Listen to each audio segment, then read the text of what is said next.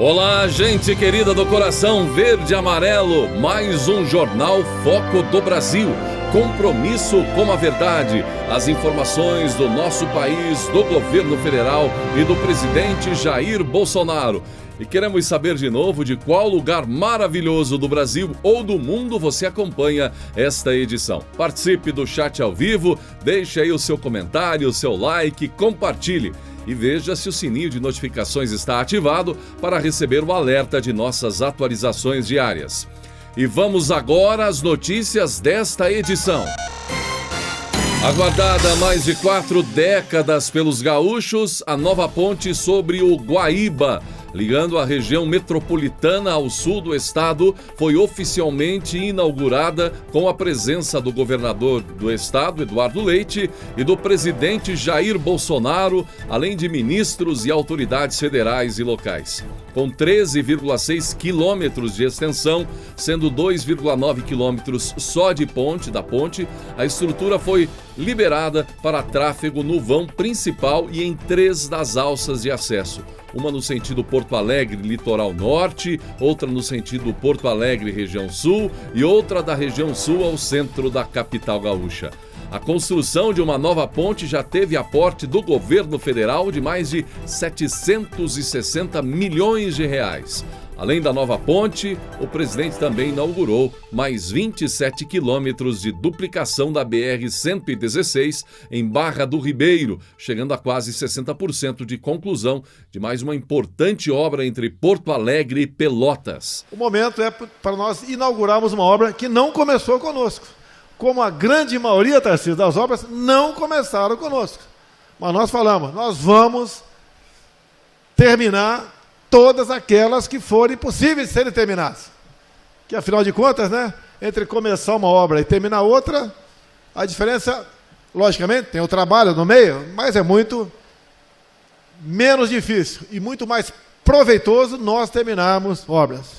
E nós evitamos um colapso da economia. E, meus senhores, economia e saúde têm que andar de mãos dadas. É melhor ou menos ruim ter uma inflação do que um desabastecimento. Se o homem do campo tivesse ficado em casa, seria um caos no Brasil. E nós sabemos que a fome é uma péssima conselheira. E como é bom ter um time de ministros que realmente entendem, são capacitados e trabalham para o seu país. Vocês viram um pouco aqui do nosso capitão Tarcísio, o que ele falou. Ele tem na cabeça não só as questões que envolvendo obras federais, bem como estaduais também. Tem uma mente privilegiada e tem colocado isso em prol do desenvolvimento do nosso país, apesar de cada vez mais nós temos menos recursos. Que pese, a nossa imprensa só vê defeito na gente. Que pese. Não apontou nada sobre corrupção ainda. Eu sei que é um dever nosso essa questão. Mas isso não acontecia no passado. E nós estamos dando exemplo. Nós, em momentos difíceis, não podemos nos acovardar. Tem até uma passagem bíblica que fala sobre isso aí. Nós devemos enfrentar os problemas. Devemos, obviamente, em primeiro lugar, levar paz e tranquilidade à população. E não levar o caos. Levar cada vez mais um sentimento de pavor. O que aconteceu no início da pandemia não leva a nada. Lamentamos as mortes profundamente. E assim sendo, nós vamos vencendo obstáculos juntos, porque ninguém faz nada sozinho. De tudo o que tem acontecido no mundo, gente, neste ano de 2020, parece mesmo que só faltam os extraterrestres aparecerem por aqui. Só que nos últimos dias, uma declaração dada por um renomado general israelense, o general Haim Eshed, ele que trabalhou durante 30 anos como chefe de segurança do Programa Espacial de Israel, a declaração deu o que falar. Ele concedeu uma entrevista, causou um alvoroço, uma repercussão ainda tremenda nas redes sociais. Ele garantiu que alienígenas existem e que uma Federação Galáctica já foi formada. Há um acordo entre o governo dos Estados Unidos e os alienígenas. Eles assinaram um contrato conosco para fazer experimentos aqui. Eles também estão pesquisando e tentando entender toda a estrutura do universo. E eles nos querem como ajudantes, disse o ex-general, agora já aposentado na reserva, que afirmou que Donald Trump, presidente dos Estados Unidos, tinha intenção de tornar isso público, tornar o assunto público tão logo Trump tomou conhecimento, mas foi convencido ou impedido a não fazer isso porque a humanidade ainda não estaria pronta para conhecer a verdade, disse o cientista israelense. Gente, era só o que faltava. Agora, como já falamos há alguns dias, será que o presidente Jair Bolsonaro já sabe de coisas que nós não sabemos aqui no Brasil também? Aqueles segredos que nós, simples mortais, não sabemos, não temos acesso e que só a mais elevada cúpula saberia? Alguém poderia provocar o nosso presidente Jair Bolsonaro, né? Para ver se fica vermelho, o que ele diz, o que ele comenta, se dá um jeitinho, dá uma volta aqui, outra ali e despista, não é? Ali, mesmo na conversa com os apoiadores, nem que seja ali mesmo, na conversa com apoiadores. O presidente talvez não pode contar nada, mas será que o ministro, o Marcos Pontes, ele que já deu uma espiadinha, aliás, foi o primeiro o ser humano do hemisfério sul a dar uma espiadinha lá fora, no espaço, será que não daria para contar nada para nós sobre ET? O ET de Varginha, por exemplo? Algo nesse sentido? Esperamos algumas informações em breve, já que até um importante general de Israel já deu o seu pronunciamento a respeito. Ainda repercutindo a informação do ministro Eduardo Pazuello sobre a vacina contra a Covid-19 ainda em dezembro deste ano. O Ministério da Saúde não fala em data para começar a vacinação no Brasil, mas afirma que em breve deve apresentar um plano de imunização contra a Covid-19. Inclusive, já explicaram como vai ser essa imunização. Então, na primeira fase, tem as pessoas acima de 75 anos, os profissionais de saúde e também os indígenas. Pessoas com mais de 60 anos que vivem em instituições de longa permanência, como, por exemplo, asilos e clínicas psiquiátricas, também estão inclusas nessa primeira fase. A segunda fase inclui as pessoas entre 65 e 74 anos. Na terceira fase, as pessoas com comorbidades, ou seja, doenças que podem agravar a Covid-19, como, por exemplo, cardiopatas e também diabéticos. E na quarta e última fase entram os profissionais da área de segurança, os professores e os profissionais do sistema prisional. Em entrevista à Rádio Jovem Pan, o ministro Pazuello falou sobre a questão das vacinas. De acordo com ele, nenhuma das vacinas que estão sendo produzidas no mundo hoje tem registro, não há registro. Então a Pfizer está sendo aplicada lá no Reino Unido, vai ser nos Estados Unidos também, por meio de uma autorização emergencial. Mas essa autorização emergencial, ela é muito restrita, porque ela abrange apenas alguns grupos. E também a pessoa que vai tomar essa vacina, ela precisa praticamente assinar um termo se responsabilizando pelo que vem a acontecer com ela. Então, a empresa fica completamente isenta de qualquer responsabilidade. O ministro disse ainda que eles estão avaliando o que está acontecendo fora do Brasil com essas pessoas que estão tomando as vacinas, os efeitos colaterais, né? Inclusive pessoas que estão dentro desse grupo emergencial estão sendo retiradas do grupo, né? Como, por exemplo, pessoas que têm alergias crônicas. Então, o Brasil está avaliando isso para não cometer esses erros no Brasil. O ministro falou ainda sobre a questão logística. Segundo ele, o Brasil tem o maior sistema de imunização do mundo. Então, quando a vacina estiver efetivamente registrada, né, tiver tudo certinho, isso deve ocorrer de uma forma muito tranquila. Inclusive, ele disse que a expectativa do governo é vacinar a população em 2021. Não necessariamente vacinar todas as pessoas do Brasil, mas aqueles grupos de risco, aqueles grupos que precisam de uma defesa maior e também as pessoas, né, que estejam interessadas em se vacinar.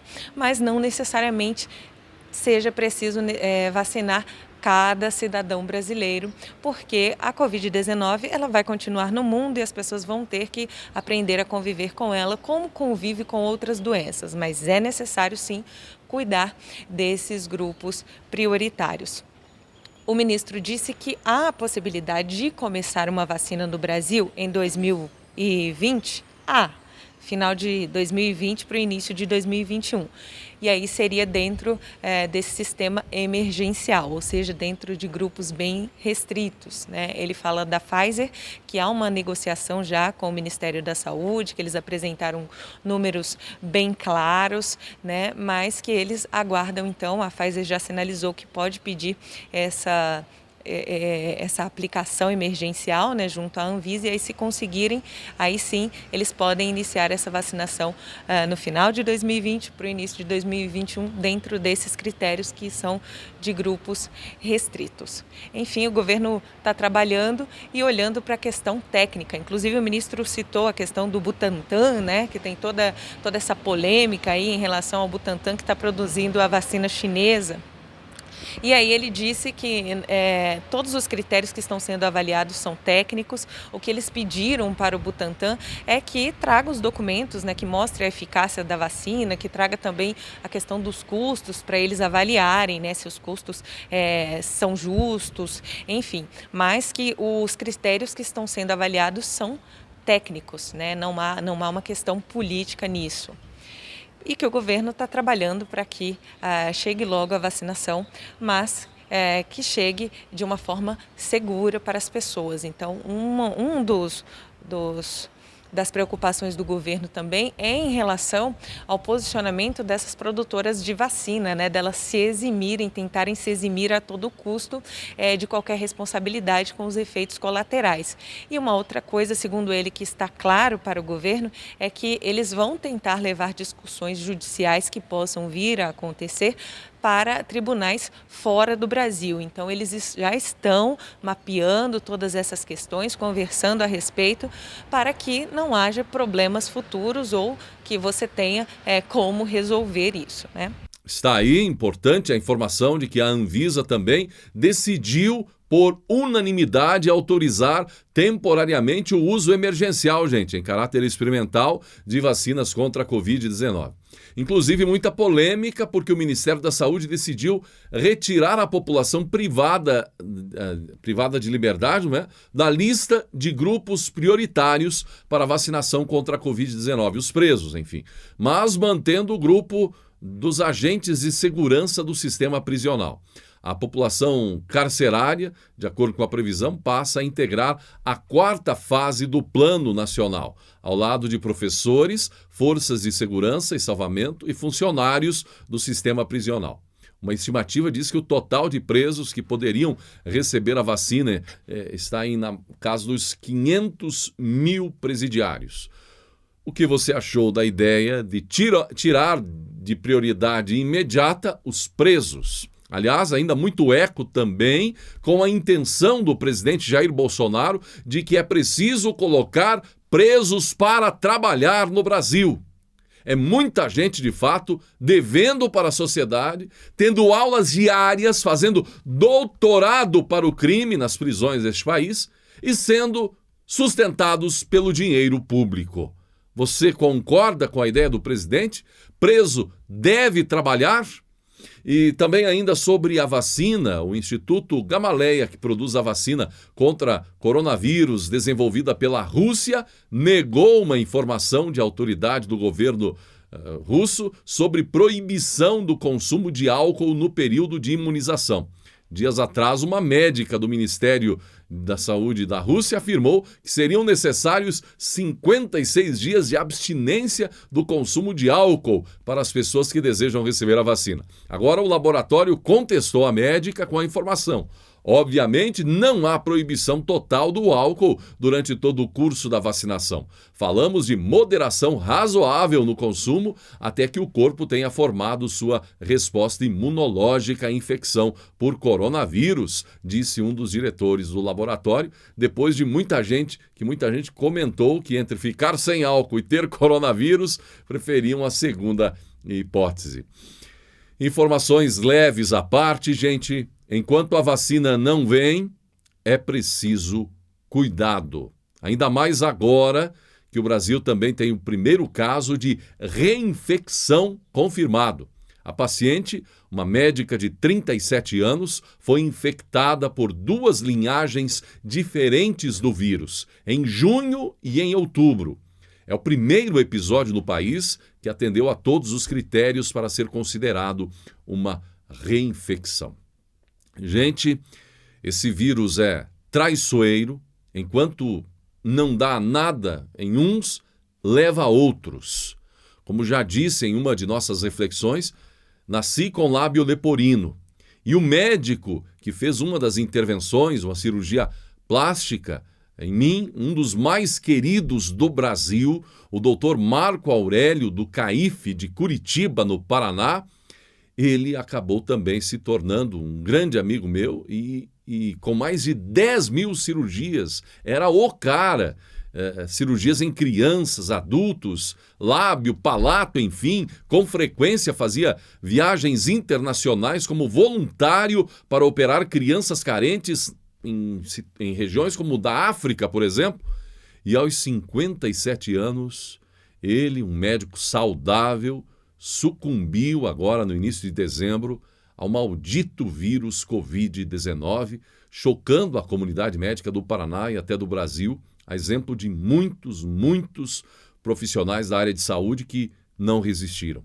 Por isso, hoje, nosso respeito, nosso reconhecimento aos guerreiros de hospitais, de atendimento ao público, de laboratórios, de todo o país, profissionais da saúde, e solidariedade àqueles que perderam familiares profissionais da saúde neste ano. O bom senso precisa prevalecer acima de qualquer discussão. Neste tempo que os números sobem em vários estados, é preciso que cada um tome os devidos cuidados, se não por si, pelo próximo e pelos profissionais de saúde que estão em campo de batalha. E uma outra informação relacionada à Anvisa. O medicamento Zolgensma, conhecido como o remédio mais caro do mundo e que no Brasil custa cerca de 12 milhões de reais, pode ter uma redução significativa de preço. Publicação da Anvisa tabelou que o valor de fábrica do produto no Brasil não deve custar mais do que 2,8 milhões de reais. Parece muito e, de fato, é caríssimo, é o medicamento mais caro do mundo, mas nesse tabelamento da Anvisa aconteceu uma redução de 76,7% no preço. Este é o primeiro passo para que o medicamento esteja disponível no Sistema Único de Saúde. Ele é usado no tratamento de crianças com atrofia muscular espinhal, doença conhecida como AME, doença genética que compromete o sistema nervoso e leva à paralisação gradativa, leva à morte já nos primeiros anos de vida, caso não tratada. Este remédio é a única esperança para crianças que são diagnosticadas com essa patologia rara. O presidente Jair Bolsonaro comentou em suas redes sociais, comentou a respeito e parabenizou também a direção da Anvisa. Parabenizo o presidente da Anvisa, Almirante Barra, um órgão independente que, sob sua liderança, vem pensando no bem-estar do brasileiro acima de outros interesses, comentou Bolsonaro. Segundo dados da Confederação Nacional da Indústria, a pequena indústria nacional teve desempenho recorde no terceiro trimestre de 2020. O indicador de desempenho do setor ficou em 52,3 pontos acima da média histórica de 42,9 pontos e melhor resultado desde janeiro de 2012, quando a pesquisa começou a ser realizada.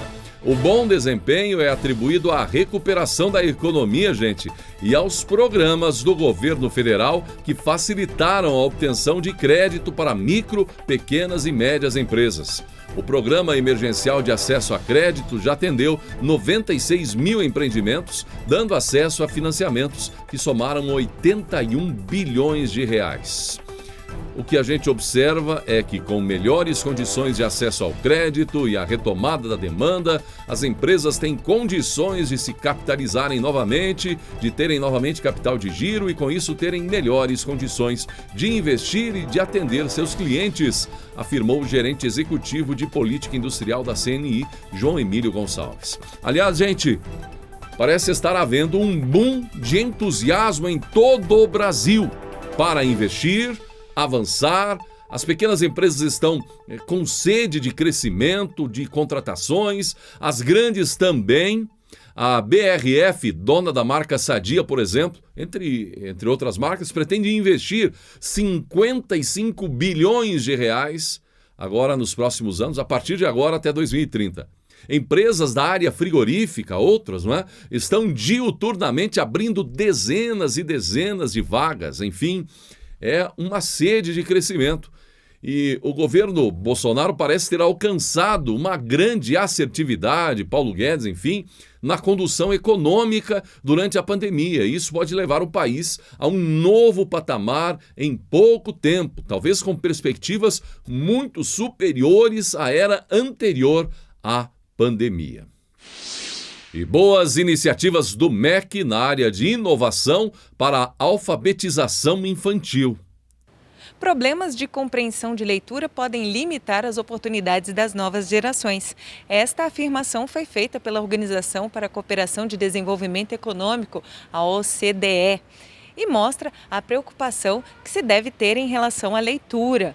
E leitura é um tema bem delicado aqui no Brasil, né? Em 2018, teve o PISA, que é o Programa Internacional de Avaliação de Alunos, que teve uma parte lá voltada para a questão da leitura, e o Brasil teve um desempenho bem medíocre. De maneira geral, os alunos conseguiram alcançar o nível básico e apenas 2% dos alunos que participaram do teste conseguiram excelência na compreensão durante a leitura. Pois bem, o governo do presidente Jair Bolsonaro, preocupado com essa questão da leitura, que pode limitar essas conquistas dessas pequenas crianças na vida adulta, né, criou a Secretaria de Alfabetização, que tem trabalhado muito com a questão científica para implementar a alfabetização no Brasil. Então, estava me lembrando aqui, estava brincando com a Apolo, me lembrando daquela campanha do Pelé cantando, né? Toda criança tem que ler e aprender. E as crianças falam, pelo amor de Deus, Pelé,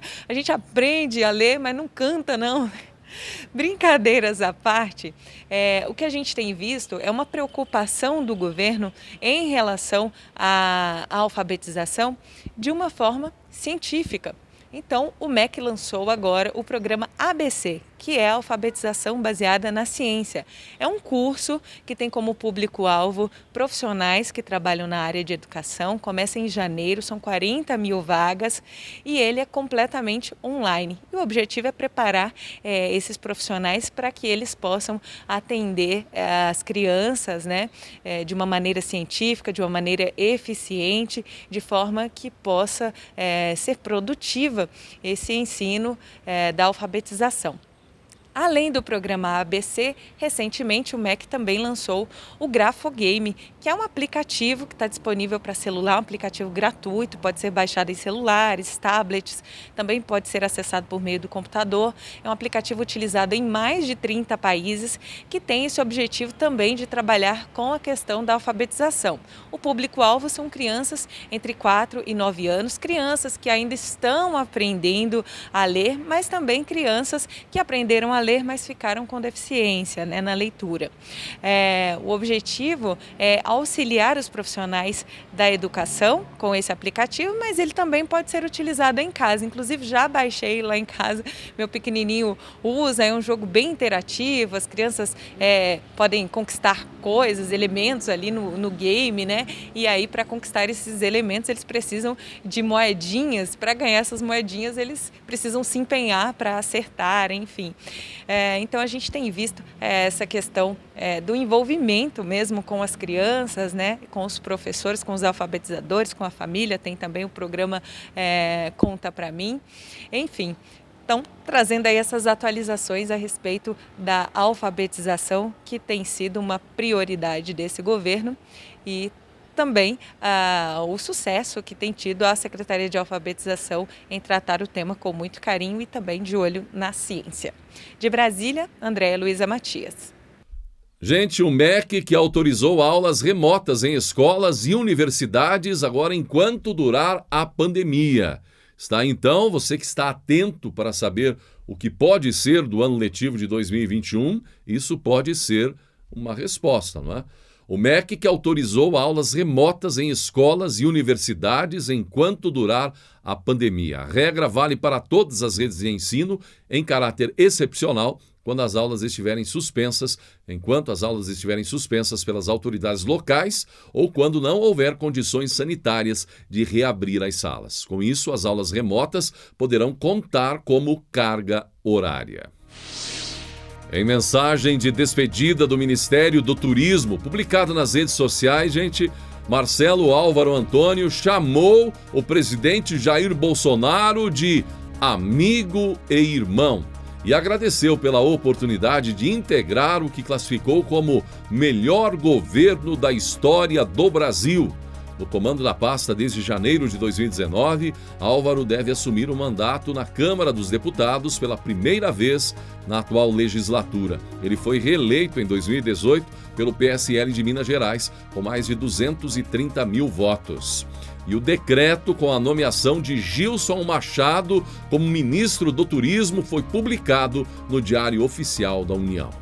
Uma pesquisa feita pela consultoria FSB Comunicação elencou 6 deputados da base do presidente Jair Bolsonaro como os parlamentares mais influentes da Câmara dos Deputados ao longo dos últimos dias. Políticos do PSL como Carla Zambelli, Bia Kicis e Eduardo Bolsonaro aparecem no topo da lista. Apesar dos 3 primeiros manterem os bons resultados das últimas semanas, outros integrantes da base presidencial conseguiram grande destaque e melhoraram seus resultados. A lista, divulgada semanalmente pela FSB, é calculada levando-se em consideração o número de seguidores, o alcance, os posts, a eficiência, as interações e o engajamento registrados no Facebook, no Instagram e no Twitter ao longo de 7 dias. A fórmula utilizada no cálculo da nota do parlamentar atribui pesos diferentes a cada critério e a cada rede social. Na verdade, não tem novidade nenhuma. Quem os faz influentes é o povo brasileiro. E é isso que a mídia da desinformação, a torcida do contra, não compreende ou não aceita. E o ex-prefeito de São Paulo, ex-presidenciável pelo PT, Fernando Haddad, em entrevista disse que o brasileiro está deixando de ser anti-PT. Será verdade? Ao mesmo tempo que Haddad disse ter 2 frentes contra o PT no país. Uma seria feita dos opositores políticos e a outra de pessoas que embarcaram em narrativas fantasiosas. Ora, como se você ou qualquer brasileiro que é contra o PT fosse um trouxa que foi simplesmente atrás de narrativas fantasiosas. Isso, é uma aberração contra a inteligência do povo brasileiro. Haddad disse ao Portal 247 que quando desaparecer o racismo, quando desaparecer a misoginia, quando desaparecer a extrema pobreza, aí o antipetismo vai desaparecer, porque o PT vai desaparecer, disse Haddad. Segundo ele, quando acabarem os problemas do Brasil, acaba o PT. Ou seja, porque os problemas do Brasil são a razão de existir do partido. É isso mesmo? Talvez seja por isso que tantos problemas foram criados também no Brasil pelo PT nos últimos anos, pela corrupção de governos anteriores, corrupção feita por tantos personagens petistas ou companheiros. Talvez um partido que de fato precise de problemas no Brasil para existir. E o presidente Jair Bolsonaro, mais uma vez, não deixou de conversar com apoiadores no Palácio da Alvorada. Grande homem. 1,85 m. E aí, presidente? Tudo bem? Que honra ver o senhor. Valeu, Maria, tudo bem? Situação? Não. Tudo bem? Tudo bem? Cara aí que... Tá envergonhado, João? Você sempre quis ver o Bolsonaro? Ai, meu Deus. Fala com ele, filho. E daí? Tu é da onde? Onde é que tu é? João Pessoa. João Pessoa, das Paraíba? É isso mesmo? E esse melecão show do nariz agora? Muito grande, não? Muito grande melecão, não? É? Você tira com esse dedo aqui ou com esse aqui? Você tira meleca com esse dedo ou com esse aqui? Qual? Mindinho. Hein? Quando tá um Melecão. quadradinho aqui, ó, eu consigo enfiar até um buraquinho. É? Caraca. Pega da orelha. Você enfia no nariz, pega a meleca da orelha. Oh, meu Deus. Ai, que... Tirar uma foto, presidente? Tava lá no Rio Grande do Sul agora. Oh, meu Deus.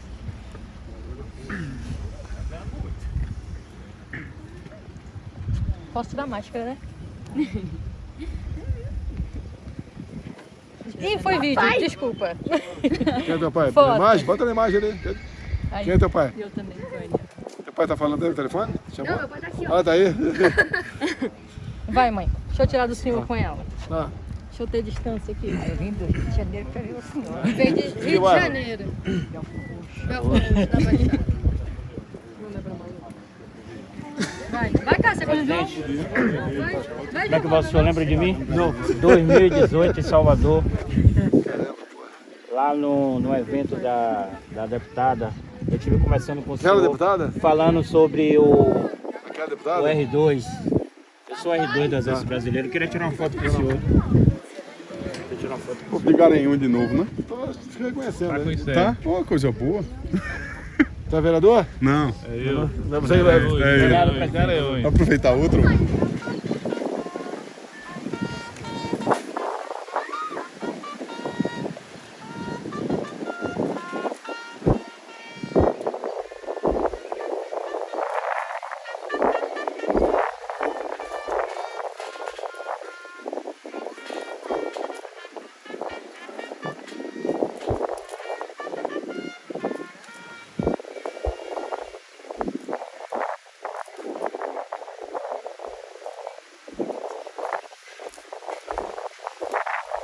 Pessoal, obrigado.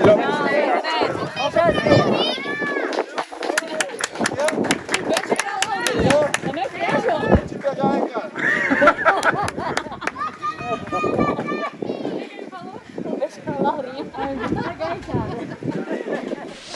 E agora veja alguns dos destaques da tradicional live de quinta-feira do presidente Jair Bolsonaro. E atenção, você acessa agora mais uma emocionante reflexão no canal Reflexões. Para assistir, clique no vídeo que está aparecendo e assista uma emocionante, uma bela lição de vida. Clique agora e também faça a sua inscrição, além de fazer a sua aqui no Foco do Brasil, também no canal Reflexões. Gratidão pela sua atenção e que Deus abençoe a você e a sua família.